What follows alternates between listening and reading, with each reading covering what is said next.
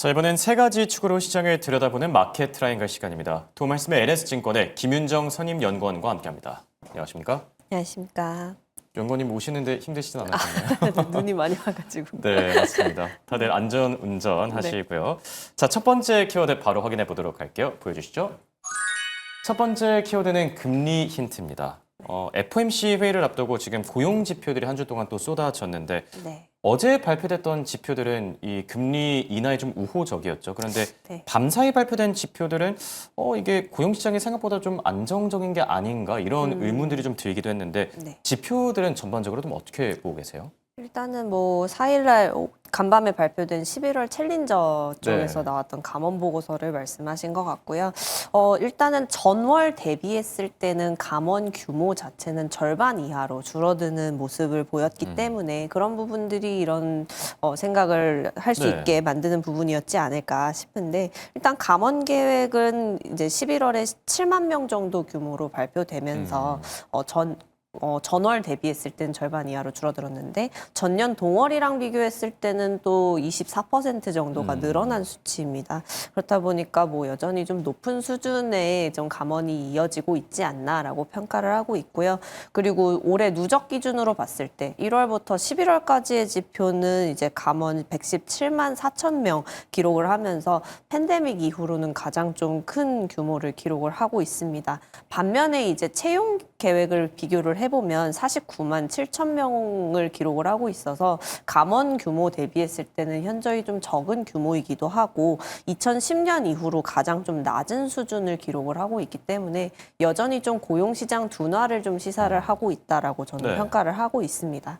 FOMC 앞두고서 이제 중요한 일정은 이제 5일 날로 예정되어 있는 9월 PCE 가격 지수가 예정이 되어 있겠고요.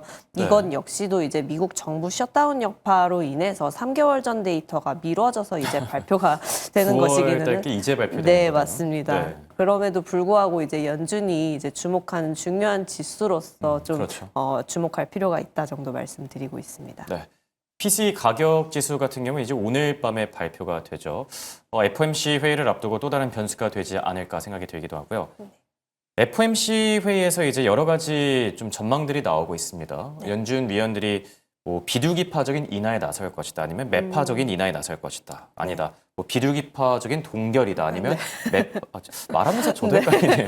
매파적인 동결에 나설 것이다. 네. 이렇게 뭐 여러 가지 시나리오들이 나오고 있는데 연구원님이 생각했을 때 제일 베스트 아니면 좀 무난한 그런 시나리오가 있을까요?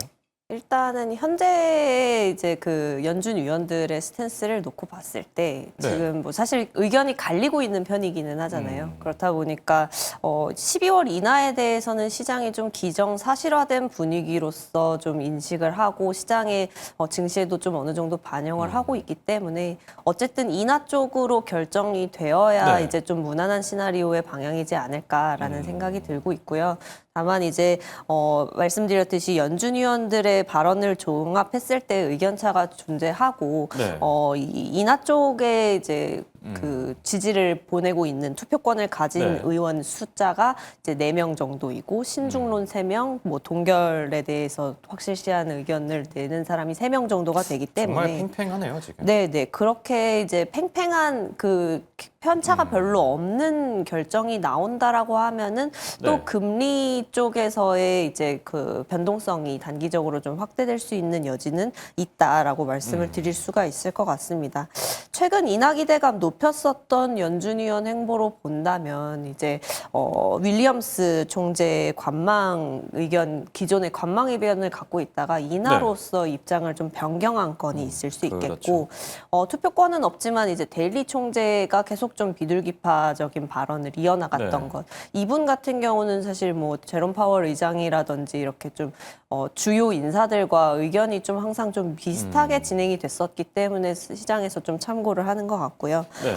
그리고 이후 행보에 기대가 되는 부분은 이제 차기 의장으로서 이제 좀 트럼프 행정부의 인사인 케빈 해시 위원장이 좀 언급이 되고 있고 또 네. 연준이 이번 주 들어서 QT 중단을 공식화한 그렇죠. 부분도 앞으로 향후의 유동성 확장 기조가 좀 계속해서 이어지지 않겠는가라는 부분을 기대하게 만듭니다. 그래서 시장에서는 어쨌든 금리 인하 확률을 높게 보고 있고 있고 그렇기 때문에 이제 12월 동결 결정을 하게 되는 것의 과정에서 이제 시장이 형성이 되어 있는 상태이기 때문에 그런 부분들에 입각해서 이제 뭐 12월에 어떤 결정에 있어서의 내용이나 혹은 내년 상반기까지 놓고 봤을 때의 방향성에 조금 더 주목을 하지 않겠나. 그런 측면에서 봤을 때 사실 물가냐 고용이냐 이런 부분들이 좀 중요하기 때문에 네. 9월 PCE 물가 지수의 중요도가 좀 높다라고 말씀드릴 수가 있을 것 같습니다. 그렇겠네요.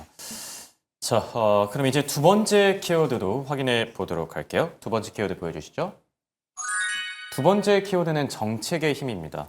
코스닥 지수 얘기인 것 같긴 한데 사실 어제 코스닥 시총이 한때 500조 원을 네. 돌파하기도 했었거든요. 그런데 아쉽게도 뭐 마감 지수 자체는 네. 이제 소폭 하락하는 데 그쳤는데 시장이 기대하는 정책들 뭐 어떤 것들이 좀 나와주면 좋을까요? 일단은 뭐 사실 코스피가 연간 랠리를 보였던 것 대비했을 때는 코스닥이 상대적으로는 이제 최근에 반등이 좀 그렇죠. 최근에야 예, 시작이 네, 됐었기 맞습니다. 때문에 그런 부분에 있어서 정책적인 푸시를 조금 더 있으면 좋지 않겠는가라는 이야기를 하고 있는 상황이고 거래소에서도 이제 코스닥 활성화 정책에 대해서 원래는 4일에 발표할 예정이었는데 이제 이달 네. 중순으로 좀 발표 시점을 미뤄놓은 상태이고요. 그래서 뭐 거기에 포함될 정책들이 어떤 것들이 있는가를 좀 살펴봤을 때 일단 시장에서 기대감을 계속 좀 유지할 수 있는 부분은 일단은 세제 부분이지 않겠는가라고 말씀을 드릴 그렇죠. 수가 있을 것 같습니다. 가장 좀 투자 심리를 좀 크리티컬하게 자극할 수 있는 요인이 되겠고요. 네. 아무래도 코스닥 기업이나 이제 벤처 펀드 이런 투자금에 대해서 투자 세액공제 이제 네. 소득공제 쪽을 진행하는 부분이라든지 혹은 이제 장기 보유할 경우에 이제 세제 혜택을 좀 우대를 한다든지 혹은 이제 ISA나 뭐 연금 쪽 전용 상품에서 이제 코스닥을 이제 타깃으로 한 상품을 개발을 한다든지와 같은 부분들이 좀 언급이 되지 않나 싶습니다.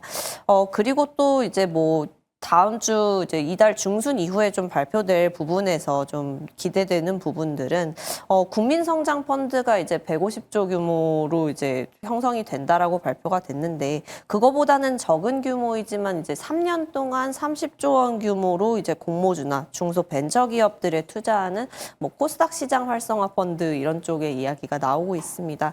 그런 부분들이 조성이 되고 그리고 이에 대해서 구체적으로 좀 실효성 높은 투자 방안들이 발표가 된다라고 하면은 코스닥 기업 투자자들이 좀 아무래도 투자 심리에 있어서 조금 더 보강이 될 수 있는 부분이지 않을까 싶고요. 네. 또한 이제 국민연금과 같은 연기금 쪽에서 이제 코스닥 비중을 확대한다. 지금 국내 투자 비중은 확대한다 이런 쪽으로 이야기가 나오고 있으면서 이제 전반적으로 긍정적인 투자 심리를 유지하고 있는데. 코스닥 투자 확대 방침 이런 부분들이 이어진다면은 또 이제 활성화 정책에 좀 더 보탬이 되지 않겠나 생각하고 있습니다. 네. 그리고 뭐 어제 같은 경우는 이제 중소형 건설주들이 이 주택 공급 확대 이슈로 급등을 했었는데 네. 요즘에 보면은 이 정책 이슈 화력이 좀 강한 것 같거든요. 네.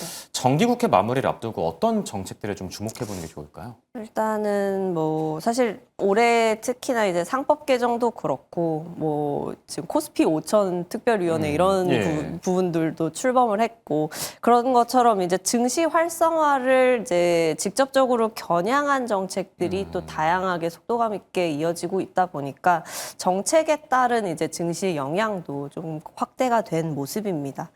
추가적으로 주목해 볼 만한 정책으로는 이제 뭐 자사주 소각 의무화 같은 내용을 담은 3차 상법 개정안이라든지 그리고 이제 개인의 장기 투자에 대해서 세제 인센티브를 논의를 하고 있는데 이 부분에 대한 것들이 이제 좀 더 구체화되는 것들이 좀 기다려 볼 만한 정책들이다라고 말씀을 드릴 수가 있을 것 같고요.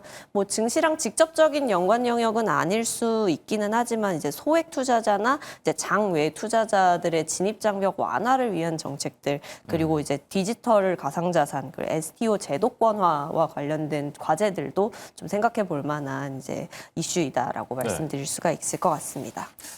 그리고 이 얘기도 저희가 좀 해보면 좋을 것 같은데 이재명 대통령이 이제 오늘 손정희 회장을 또 만나게 되거든요. 네. 사실 그동안 뭐 샘 올트먼이나 젠슨 왕 CEO를 만났을 때마다 반가운 소식들이 많이 좀 들려왔던 것 같은데 이번에도 좀 훈풍을 기대해봐도 좋을까요? 일단은 시장이 기대하고 있는 부분은 이제 아무래도 손정희 회장이 이제 소프트뱅크를 통해서 이제 스타게이트 프로젝트에 투자를 하고 있고 그렇죠. 그런 부분들을 이제 한국이 참여하겠다라는 의사를 앞서서 이제 아랍에미리트와 정상회담을 하면서도 밝혀놓은 상태이기 때문에 이 스타게이트 프로젝트에 한국 기업들이 참여하는 안이 조금 더 구체화가 되지 않겠는가에 대한 기대를 좀 하고 있는 상황이고요.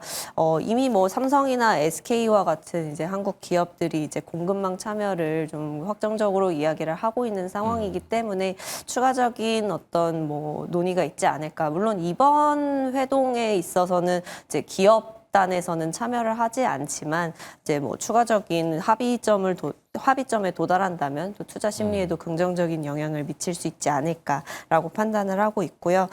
스타게이트 프로젝트는 어쨌든 AI 데이터 센터, 뭐 전력 인프라 이런 부분들에 투자를 하기 때문에 관련된 국내 이제 밸류체인들의 네. 투자 심리에 좀 긍정적인 영향을 미칠 수 있겠다. 특히나 이제 글로벌 AI의 주요 공급 체인에 좀 포함될 수 있다라는 기대감을 좀 가지고 갈 수가 있을 것 같고요. 더해서 이제 한국에 대한 추가 투자 유치에 대한 기대감도 가져볼 수 있을 것 같습니다. 이제 뭐 비메모리 반도체라든지 뭐 IoT, 로봇 이런 쪽 영역에 대해서 좀 최근에 주가 흐름도 괜찮은데 더 랠리를 좀 불러올 수 있는 모멘텀으로 작용할 여지가 있지 않겠는가라고 주목해 볼 수 있을 것 같고요.